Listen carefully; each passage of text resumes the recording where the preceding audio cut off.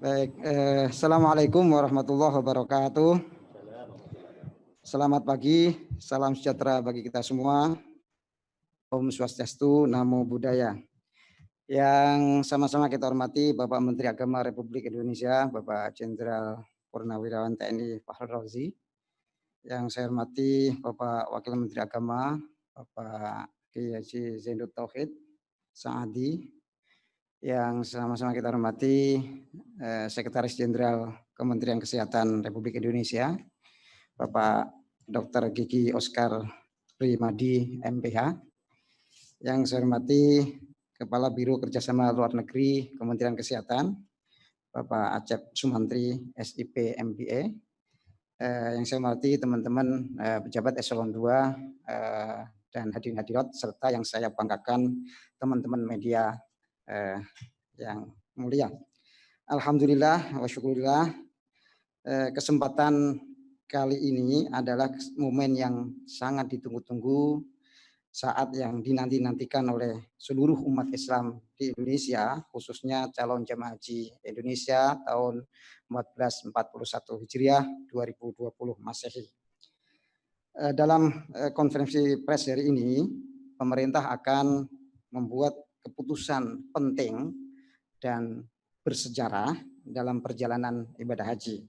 Semoga keputusan ini dapat memberikan kepastian, kenyamanan, keamanan, kemaslahatan bagi bangsa dan negara.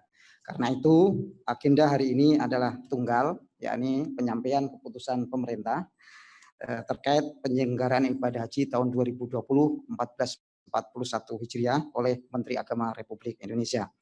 Sebelum waktu kami serahkan kepada Bapak Menteri, marilah kita buka acara konferensi pers ini bersama-sama dengan membaca basmalah. Bismillahirrahmanirrahim. Selanjutnya kami persilakan Bapak Menteri Agama untuk menyampaikan keputusan pemerintah terkait penyelenggaraan ibadah haji. Silakan Bapak Menteri. Bismillahirrahmanirrahim. Assalamualaikum warahmatullahi wabarakatuh. Yang kami hormati Ketua Komisi 8 DPR RI, Bapak Wakil Menteri Agama, Bapak Sekjen Kementerian Kesehatan Republik Indonesia, Bapak Dirjen PHU Kementerian Agama, dan teman-teman jurnalis. Masih dalam suasana Idul Fitri, saya menyampaikan minal aidin, mohon maaf lahir dan batin. Pertama-tama, alhamdulillah, puji dan syukur kita panjatkan kehadirat Allah Subhanahu wa Ta'ala, Tuhan Yang Maha Esa, atas rahmat dan karunia-Nya, sehingga di tengah pandemi COVID-19, kita tetap dapat melaksanakan tugas-tugas kita dengan baik. Teman-teman jurnalis semua, sebagaimana kita ketahui, pandemi COVID-19 yang sejak awal Maret juga melanda Indonesia, telah berdampak pada berbagai aspek kehidupan, termasuk layanan sosial keagamaan di bidang penyelenggaraan ibadah haji. Kementerian Agama lalu membentuk Pusat Krisis Haji 2020 melalui keputusan Menteri Agama nomor 392 tahun 2020 yang diberi mandat untuk merancang, menyusun, dan mengkoordinasikan mitigasi krisis pada penyelenggaraan ibadah haji tahun 2020 ini. Tim ini telah menyusun dokumen lengkap skenario mitigasi penyelenggaraan ibadah haji yang disusun mengikuti perkembangan dan dinamika COVID-19, baik di Arab Saudi maupun di Indonesia. Hingga April, 3 skema penyelenggaraan ibadah haji disiapkan. Pertama, haji diselenggarakan secara normal sesuai kuota. Kedua, haji diselenggarakan dengan pembatasan kuota. Dan ketiga, penyelenggaraan haji tahun ini dibatalkan. Bersamaan itu, sejumlah layanan haji di dalam negeri tetap dilaksanakan, seperti manasik haji secara daring dan pelunasan BP dengan menerapkan protokol penanganan COVID-19. Untuk layanan haji di luar negeri, kontrak layanan akomodasi, transportasi, dan catering juga dipersiapkan. Hanya saja belum dilakukan pembayaran uang muka sesuai pertimbangan keamanan dan juga atas permintaan dari pihak Arab Saudi.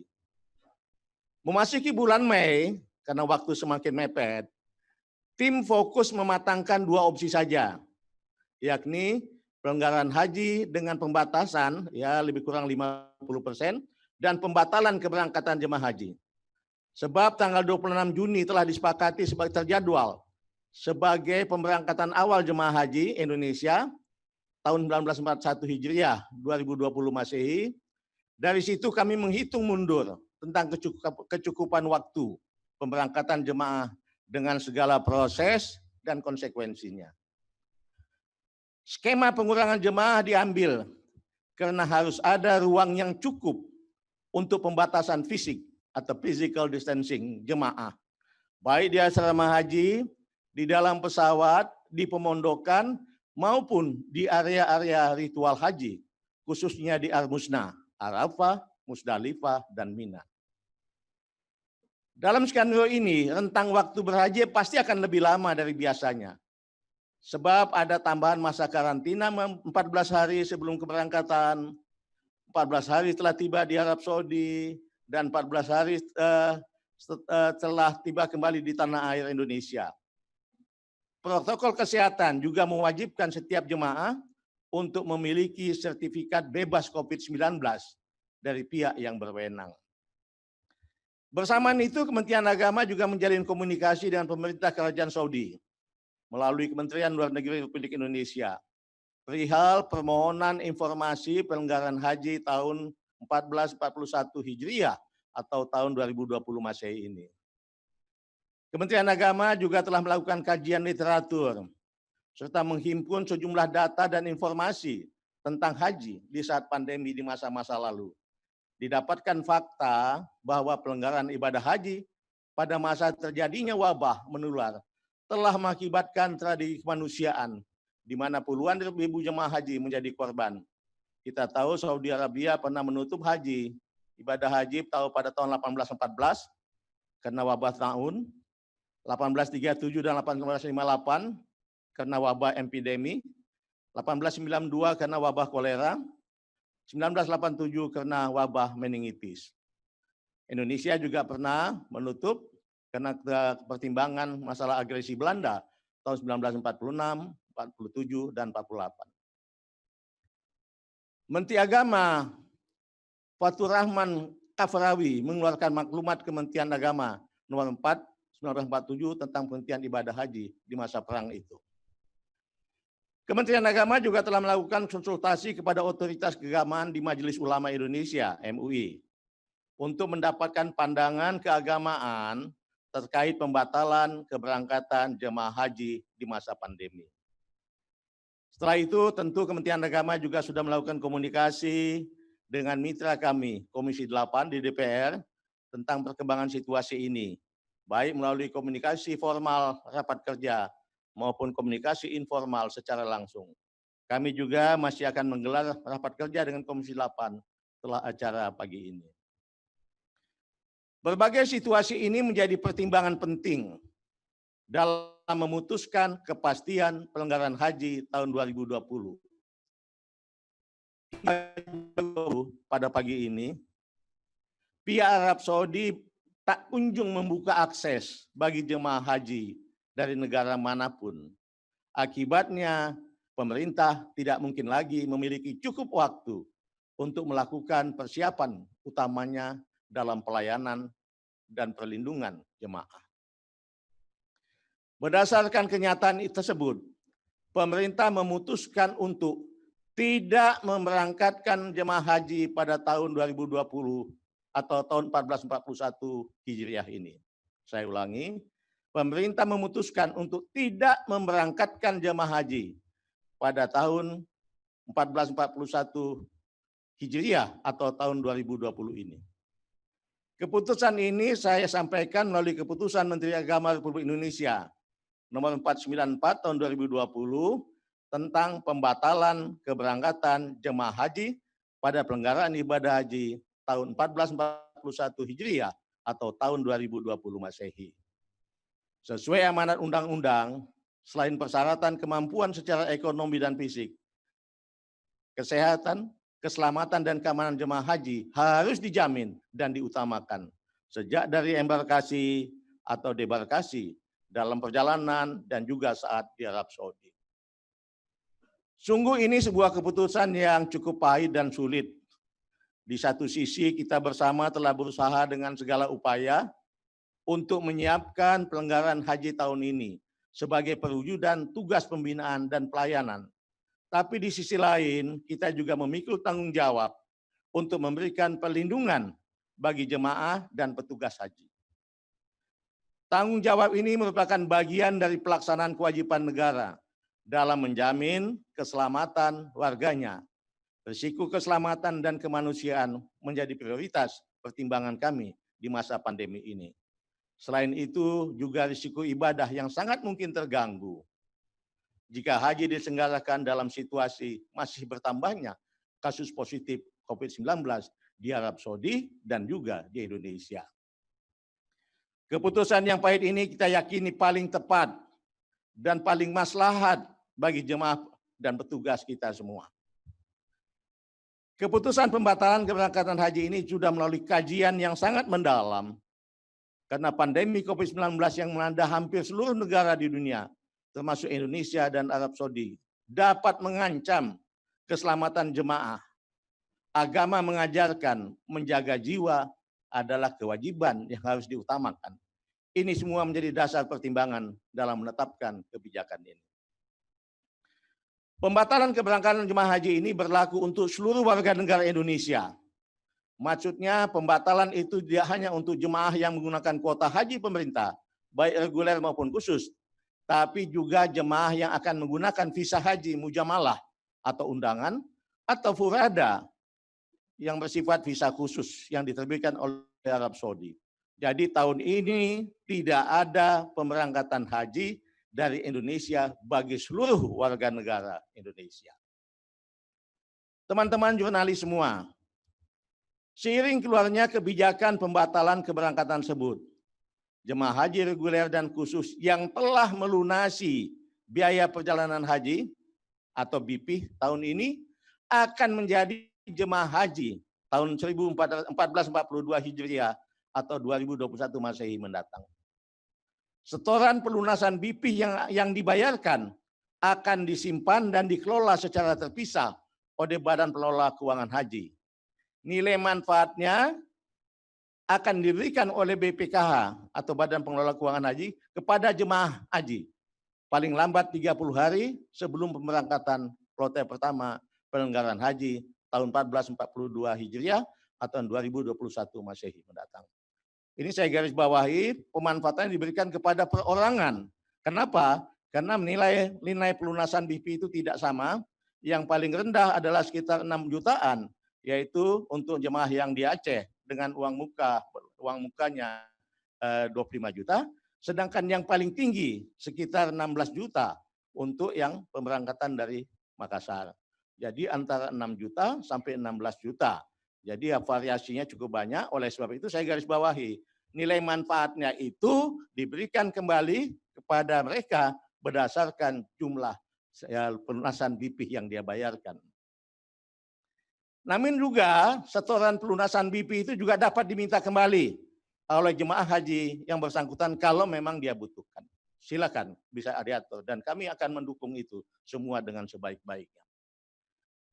Bersamaan dengan terbitnya KMA ini, petugas haji daerah pada penyelenggaraan ibadah haji tahun ini dinyatakan batal. BP yang telah dibayarkan juga akan dikembalikan.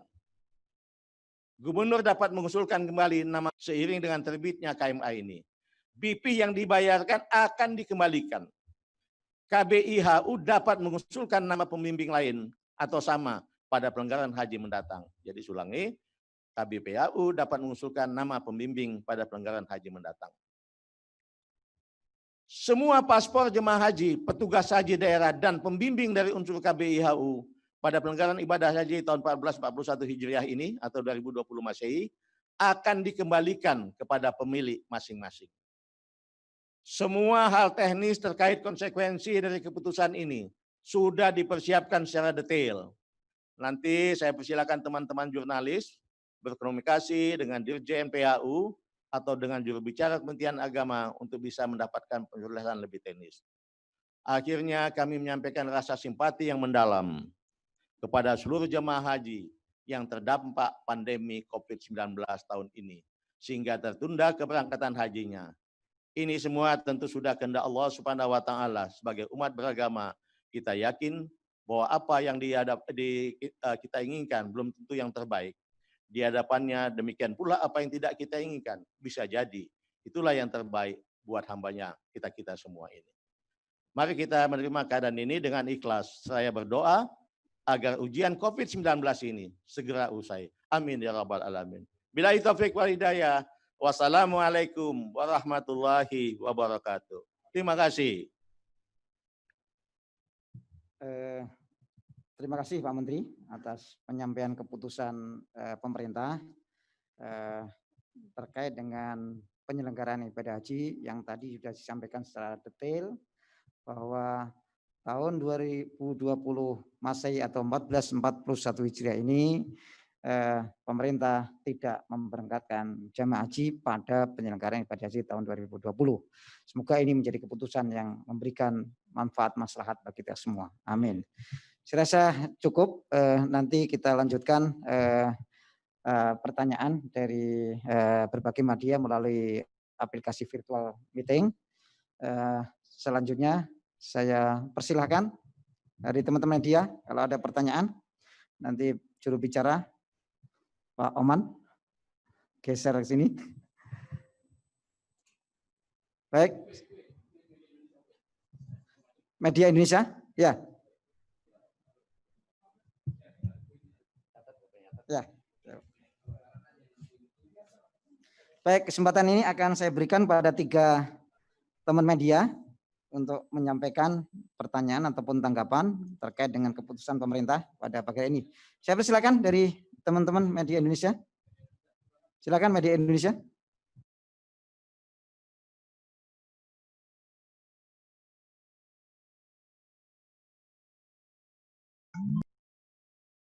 Di unmute.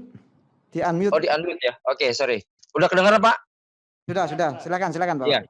Ya, terima kasih. Assalamualaikum warahmatullahi wabarakatuh. Saya Ubay dari Media Indonesia. Yang pertama, mumpung masih suasana Idul Fitri, mohon maaf lahir batin Pak Menteri, Pak Wamenak, Pak Dirjen, dan para sahabat semuanya. Memang ini akhirnya tadinya saya masih berharap gitu, mungkin juga semua ada harapan masih ada pemberangkatan karena kemarin-kemarin kan sudah ada pembukaan itu Pak Menteri ya, pembukaan Mekah, Madinah juga kemarin dibuka, bahkan viral gitu ya. Itu ada semacam membuncah harapan haji bisa berangkat begitu ya. Tetapi memang kenyataannya setelah ada penyampaian Pak Menteri tadi yang jelas dan lugas tadi bahwa sudah ada kajian yang sangat mendalam dari tim kajian yang dibentuk dengan berbagai macam pertimbangannya, maka akhirnya haji dibatalkan. Semuanya memang harus dipenuhi dengan rasa lapang hati kepada kita semua ya Pak Menteri. Tetapi Pak Menteri, ada satu pertanyaan yang mendasar itu adalah tadi Bapak katakan sampai saat ini tidak ada akses informasi atau apa kepada pemerintah Arab Saudi. Apakah seperti itu Pak? Tidak ada akses informasi atau komunikasi dengan untuk mempertimbangkan bagaimana kondisi Arab, kondisi Indonesia, kondisi negara lain. Walaupun memang kita memahami ya bahwa demi kemaslahatan lebih baik itu memang ini terpaksa dibatalkan demi kemaslahatan semuanya. Tetapi apakah seperti itu Pak hubungan kita dengan Arab Saudi tidak ada akses informasi atau komunikasi Pak sehingga atau juga misalnya sekarang Indonesia mau mengambil keputusan tidak dilakukan pembatasan tidak dengan membatalkan ini apakah juga ada komunikasi dengan haji dengan Arab Saudi atau bagaimana atau dari Arab Saudi mungkin ada pertimbangan khusus kepada Indonesia Pak. Itu saya Pak Menteri. Terima kasih.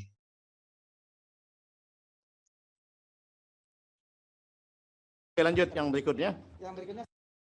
Silakan berikutnya. Nanti saya bisa jawab.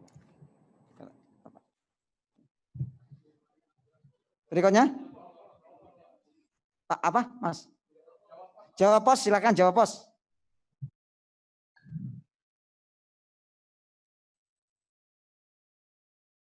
Assalamualaikum warahmatullahi wabarakatuh. Assalamualaikum warahmatullahi wabarakatuh. Waalaikumsalam. Ya, terima kasih. Mohon maaf lahir dan batin Pak Menteri, Pak Wamen, Pak Dirjen, dan jajaran Kemenak. Saya Hilmi dari Jawa Pos. Ada 2 pertanyaan ini Pak. Yang pertama terkait kebijakan bahwa seluruh WNI tidak bisa berhaji, khususnya untuk yang haji khusus maupun furoda dan lainnya. Bagaimana nanti pemerintah mengawasinya, Pak? Soalnya beberapa agen itu mulai ada yang mempromosikan haji furoda gitu, Pak. Jadi bagaimana pengawasannya nanti? Terus yang kedua terkait dengan kontrak layanan, baik itu penerbangan, terus layanan di Arab Saudi, apakah ada jaminan tidak memberikan kekecewaan atau nanti ada denda gitu Pak? Karena ini pembatalan sepihak dari Indonesia, padahal Arab Saudi belum menetapkan pembatalan haji gitu Pak. Apakah sudah dikaji aspek seperti ini? Misalkan dari penyedia hotel di Arab Saudi, apakah tidak komplain gitu nanti Pak? Terima kasih. Assalamualaikum warahmatullahi wabarakatuh. Satu lagi, silakan. Satu lagi. Nggak ada? Kalau nggak ada cukup? Silakan Pak Menteri. Oke, saya silakan Pak Dirjen dulu menjawab, nanti akan kemudian saya tambah. Silakan Pak Dirjen. Baik, terima kasih. Saya mungkin menjawab Pak Ubed dari Media Indonesia. Jadi sebenarnya bukan tidak ada akses ibadah ataupun informasi. Kita sudah melakukan komunikasi yang sangat proaktif dengan berbagai pihak yang memiliki otoritas di pemerintah Arab Saudi. Yang pertama, kita punya perwakilan pemerintah RI di Arab Saudi, duta besar Arab Saudi, duta besar Indonesia untuk Kerajaan Arab Saudi, Bapak Agus Maftuh Abi Gibril. Itu setiap hari itu mengupdate laporan-laporan perkembangan, baik perkembangan COVID maupun informasi terkait dengan keputusan pemerintah Arab Saudi untuk pelaksanaan ibadah haji. Dan sampai surat berafak tanggal 1 kemarin yang dikirimkan kepada Kementerian Agama menyatakan bahwa komunikasi langsung dengan Menteri Haji tidak bisa memastikan. Bahkan dalam surat itu belum ada kepastian apakah haji ini bisa diselenggarakan atau tidak, karena melihat kondisi perkembangan COVID yang belum juga kunjung selesai. Sehingga tadi Pak Menteri sudah menyampaikan dengan sangat baik, tidak ada kecukupan waktu untuk menyiapkan, karena dihitung mundur dari 26 Juni hingga 2 Juni ini hanya butuh masih tersisa hanya 24 hari. Sementara butuh proses pengurusan visa, kemudian protokol kesehatan, belum lagi karantina dan lain sebagainya. Sehingga ini tadi sangat bagus. Jadi apapun keputusannya kita tidak punya kecukupan waktu ini. Yang kedua adalah dari aspek tadi Pak Menteri mengatakan dari aspek risiko keamanan. Ya, ini yang justru dalam bahasa agama sangat dikemukakan. Ya, jadi istitoah amniyah, keamanan jiwa, yang itu oleh Pak Menteri dikatakan adalah wajib memelihara jiwa dalam konteks ini, itu diutamakan. Kemudian jadi itu ya, jadi akses itu bukan berarti memang tanggal 31 Mei kemarin baru dibuka akses rumah ibadah, yakni di Masjid Nabawi saja. Masjidil Haram belum dibuka sama sekali. Jadi ini padahal di posisi tanggal 31 Mei, sehingga nanti kita nggak tahu. Padahal roadmap bahasanya adalah new normalnya Arab Saudi itu sampai 29 Syawal. Nah kalau sudah 29 Syawal, sementara jamaah haji kita itu tanggal 5 Dzulqa'dah sudah berangkat, lalu pengurusan slotting time penerbangan, pengurusan visa itu tidak punya cukup waktu. Belum lagi resiko tadi yang saya sampaikan. Juga resiko ibadah.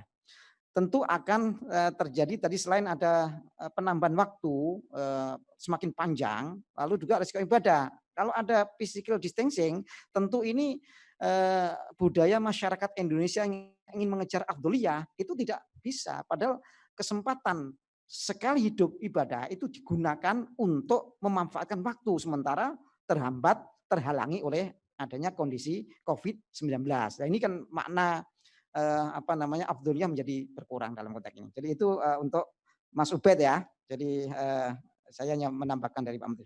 Yang kedua untuk jawab pos, Mas Hilmi. Saya rasa kita sudah punya sistem, kalau keputusan pemerintah sudah menyatakan untuk seluruh jamaah haji, baik jamaah haji reguler, khusus maupun mujamalah, tentu kita pengawasannya yang pertama adalah koordinasi dengan Kedutaan Arab Saudi, karena utamanya adalah pengurusan visa. Jadi nanti kita harapkan pemerintah Arab Saudi melalui kedutaan tidak mengeluarkan visa mujamalah. Kalau artinya kalau ini tidak memberikan berarti tidak menghargai keputusan dari negara dalam konteks ini. Itu pengawasan yang pertama. Yang kedua juga kita melalui Kementerian Hukum dan HAM terkait dengan nanti di bandara ketika melakukan perjalanan di check-in bandara yang terakhir di imigrasi dalam konteks ini. Itu juga bagian sehingga kalau ada visanya itu visa mujamalah, tentu ini kita berhak untuk membatalkan pemberangkatan dalam konteks ini. Yang ketiga adalah tentu koordinasi dengan penerbangan baik dengan Garuda maupun dengan Arab Saudi. Kalau tidak ada penerbangan mau berangkat kemana. Jadi itu model pengawasan kami terkait dengan yang dikhawatirkan oleh Mas Hilmi. Lalu yang terakhir adalah layanan di Arab Saudi, apakah ada kecewaan atau denda? Saya rasa tidak, karena dalam perjanjian awal kontrak itu dikatakan kontrak ini batal apabila kita tidak jadi memberangkatkan haji, bukan Arab Saudi membuka haji atau tidak. Jadi dalam konteks ini tidak ada konsekuensi apapun. Jadi negara tidak dirugikan, jamaah tidak dirugikan, ruginya hanya waktu aja karena ada proses negosiasi dalam konteks. Jadi ini kekhawatiran dari teman-teman media ini insya Allah tidak akan ada dalam konteks. Terima kasih Pak Menteri. Ada tambahan monggo. Mungkin Pak Wamen, kalau saya tambahkan kembali bahwa kami juga betul-betul eager banget supaya ini tetap jadi, sehingga kalau ada laporan-laporan mengatakan belum ada tanda-tanda, pernah kami tugaskan kedutaan kita ke sana untuk datang. Coba datang ke Arafah, datang ke Musdalifah, datang ke Mina, coba buat video call, kita lihat. Mereka datang, mereka tunjukkan, betul, oh ya betul. Jadi kami bukan begitu semangatnya supaya bisa tetap haji dan yakin informasinya valid, kami minta mereka datang ke lapangan, gitu ya. Tapi ya situasinya ternyata memang seperti yang kita lihat, tidak ada tanda-tanda yang signifikan, bukan saja pernyataan belum ada, tapi tanda-tanda yang signifikan untuk menunjukkan akan ada pelanggaran ibadah haji itu belum kelihatan di lapangan. Kalau tiba-tiba dilakukan, saya kira ya mungkin nggak tahu lah kita ya bagaimana Saudi Arabia. Tapi kalau itu dilakukan setelah tanggal 1 Juni ini, saya kira kita nggak akan mungkin bisa mempersiapkan dengan baik. Kemudian kami melihat juga Saudi Arabia sangat-sangat kooperatif. Contohnya masalah pemundaan pembayaran uang muka, bukan saja keinginan kita, tapi mereka juga menyarankan yang sama. Jangan ada pembayaran uang muka dulu, kata mereka. Jadi mereka sangat kooperatif. Takut-takutnya pembayaran uang muka dilakukan, tahu-tahu batal, kemudian menjadi permasalahan besar di belakang hari. Jadi alhamdulillah kerja sama kita atau hubungan baik kita dengan Saudi sangat bagus, dengan duta besarnya juga sangat bagus, dengan menteri hajinya juga sangat-sangat baik. Jadi ini sebuah keadaan yang memang mau tidak mau harus kita ambil untuk kemaslahatan kita semua. Terima kasih. Apa masih ada lagi? Tanya, silakan. Ya, silakan dari Twitter dan Tribun. Silakan. Bismillahirrahmanirrahim. Assalamualaikum warahmatullahi wabarakatuh. Pak Menteri dan Pak Dirjen. Minal aidin wal faizin. Saya Husein Sanusi, Pak Menteri dari tribunnews.com. Mau bertanya 2 pertanyaan. Yang pertama, apakah nanti ada sanksi bagi warga negara Indonesia yang berangkat haji lewat kuota non pemerintah, misalnya dia furoda atau visa-visa lainnya. Nah ini kan perlu dipertegas karena kan ada banyak jalur itu orang berangkat haji. Yang pertama, terus yang kedua, kenapa Kementerian Agama tidak mengambil opsi kedua, misalnya berangkat separuh jamaah haji atau berangkat yang jamaah haji yang usianya muda. Itu Pak Menteri dan Pak Dirjen, terima kasih. Assalamualaikum warahmatullahi wabarakatuh. Berikutnya, silakan dari itu. Assalamualaikum warahmatullahi wabarakatuh. Kedengaran Pak Menteri? Jelas, Mas. Jelas. Assalamualaikum warahmatullahi wabarakatuh, Pak Menteri, Pak Dirjen, Pak Wamen. Izin mungkin singkat saja mau bertanya mengenai tadi disebut mengenai haji daerah itu biaya hajinya kan akan dikembalikan. Nah, itu mekanisme pengembaliannya nanti akan seperti apa ya, Pak? Kemudian bagi jamaah haji yang reguler itu kan nanti dan biaya hajinya tetap dikelola oleh badan haji untuk digunakan tahun depan. Bagaimana jika kemudian di tahun depan ternyata ada penyesuaian tarif haji? Apakah jamaah yang tahun ini yang ditunda untuk tahun depan itu juga harus ikut membayar dengan sesuai penyesuaian tersebut atau seperti apa Pak mekanismenya? Mungkin bisa dijelaskan lebih detail. Terima kasih banyak. Ya, baik, langsung saja saya jawab. Yang pertama Pak Mas Sanusi dari Tribun. Jadi yang pertama menyatakan apakah ada sanksi bagi WNI yang berangkat melalui kuota non pemerintah. Saya rasa kita bisa membaca Undang-Undang Nomor 8 2019 karena kita sudah di amanat undang-undang menyatakan bahwa jamaah haji mujamalah harus diberangkatkan melalui PIHK. Apabila ini dilanggar, maka ada ketentuan pasal sanksi yang ada di akhir-akhir undang-undang tadi. Bahkan sanksinya pidana dan juga denda sekian miliar. Saya tidak hafal, tapi ada jelas ada diktum sanksi. Bahkan ada apabila orang dengan atas nama individu atau lembaga menarik biaya itu untuk memberangkatkan haji secara ilegal, maka kena sanksi pidana dan sanksi finansial. Itu jelas di Undang-Undang Nomor 8 2019 dan inilah yang menjadi patokan dari penegak hukum ketika menindak bagi pelanggar-pelanggar haji dalam konteks ini. Itu ya Mas Sanusi ya. Kemudian yang kedua, kenapa tidak mengambil opsi 5%?